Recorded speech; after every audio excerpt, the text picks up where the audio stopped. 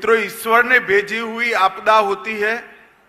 Disaster ईश्वर जब भेजता है तो एनडीआरएफ काम में आता है, और मैन मेड डिजास्टर जब होता है तब एनडीए काम में आता है।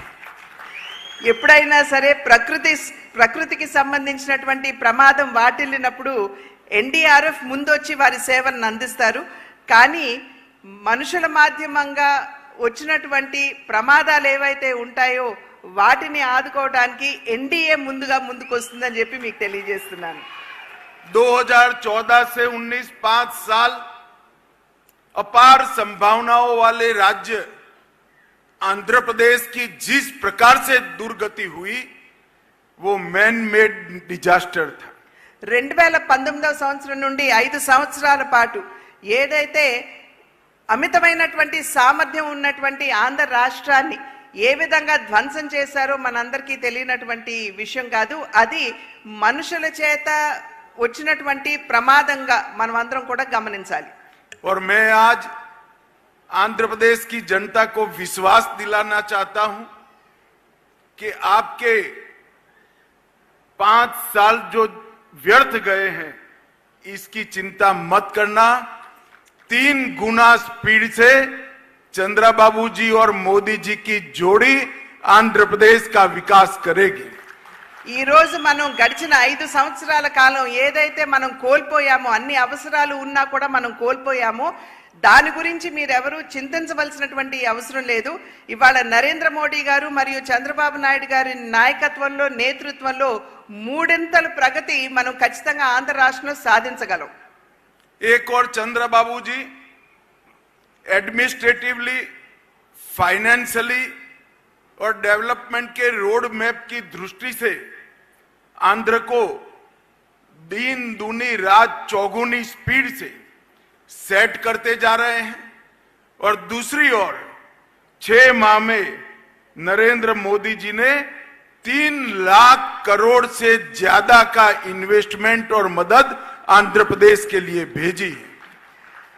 అటు పరిపాలన దక్షత, అదే విధంగా ఆర్థిక పరంగా కూడా ఆంధ్ర రాష్ట్రాన్ని ముందుకు తీసుకువెళ్లేటువంటి సామర్థ్యం ఉన్నటువంటి ముఖ్యమంత్రి చంద్రబాబు నాయుడు గారు ఇక్కడ ఉన్నారు. వారు రేయింబవళ్ళు కూడా ఏ విధంగా ఆంధ్ర రాష్ట్రాన్ని గాడిలో పెట్టాలి అనేటువంటి అంశం మీద వారు దృష్టి కేంద్రీకరించడం జరిగింది. రెండో వైపును చూసినట్లయితే దేశ ప్రధాని అయినటువంటి నరేంద్ర మోడీ గారు ఈ 6 నెలల కాలంలోనే అధికారంలోకి వచ్చి 6 నెలలే అయింది. కానీ దగ్గర 3 లక్షల కోట్ల మేరకు ఆంధ్ర రాష్ట్రానికి సంపూర్ణమైనటువంటి సహకారాన్ని అందించారనేటువంటి విషయం గమనించాలి. अभी 2 दिन पहले ही कैबिनेट में विशाखापट्टनम के स्टील प्लांट के लिए 11,000 करोड़ रुपए की इन्वेस्टमेंट की घोषणा, मदद की घोषणा नरेंद्र मोदी जी ने की है.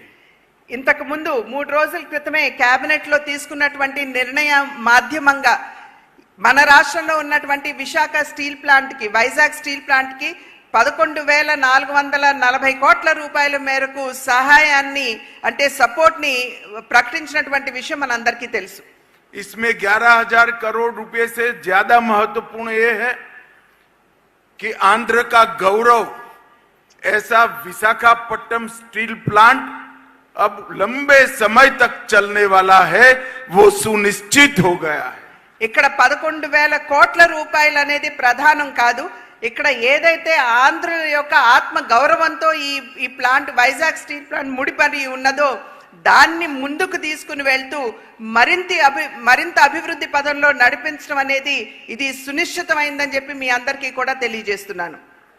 अमरावती राजधानी की जो कल्पना चंद्रबाबू जी ने की थी और मोदी जी ने जिसका भूमि पूजन किया था, वो पूरे अमरावती प्रोजेक्ट को एक प्रकार से दरकिनार किया था. मोदी जी ने ये 6 महीने में 27,000 करोड़ रुपया अमरावती प्रोजेक्ट के लिए हुडको और वर्ल्ड बैंक के माध्यम से देकर चंद्रबाबू नायडू जी की कल्पना की राजधानी बनाने का काम स्पीड से आगे बढ़ाने का काम किया है. ఏదైతే అమరావతిని రాజధానిగా అప్పట్లో ముఖ్యమంత్రిగా ఉన్నటువంటి చంద్రబాబు నాయుడు గారు నిర్ణయం చేశారో అది గడిచిన 5 సంవత్సరాల కాలంలో దాన్ని బుట్టదాఖలు చేయటం జరిగింది. అయితే ఇవాళ 27,000 కోట్ల రూపాయలు అటు హడ్కో మాధ్యమంగా అదేవిధంగా వరల్డ్ బ్యాంక్ మాధ్యమంగా కూడా నరేంద్ర మోడీ గారు ఇవాళ చంద్రబాబు నాయుడు గారికి అదేవిధంగా రాష్ట్రానికి అందించి అమరావతి నిర్మాణానికి గతిని అందించినటువంటి విషయం మనం గమనించాలి. रेलवे जोन का भी फाउंडेशन स्टोन रख दिया गया है. రైల్వే జోన్ కూడా ఏదైతే ఇంతకు ముందు చాలా నెమ్మదిగా అడుగులు వేస్తూ వెళ్ళిందో దాన్ని కూడా ఇవాళ ఆంధ్ర రాష్ట్రానికి అందివ్వడం జరిగింది.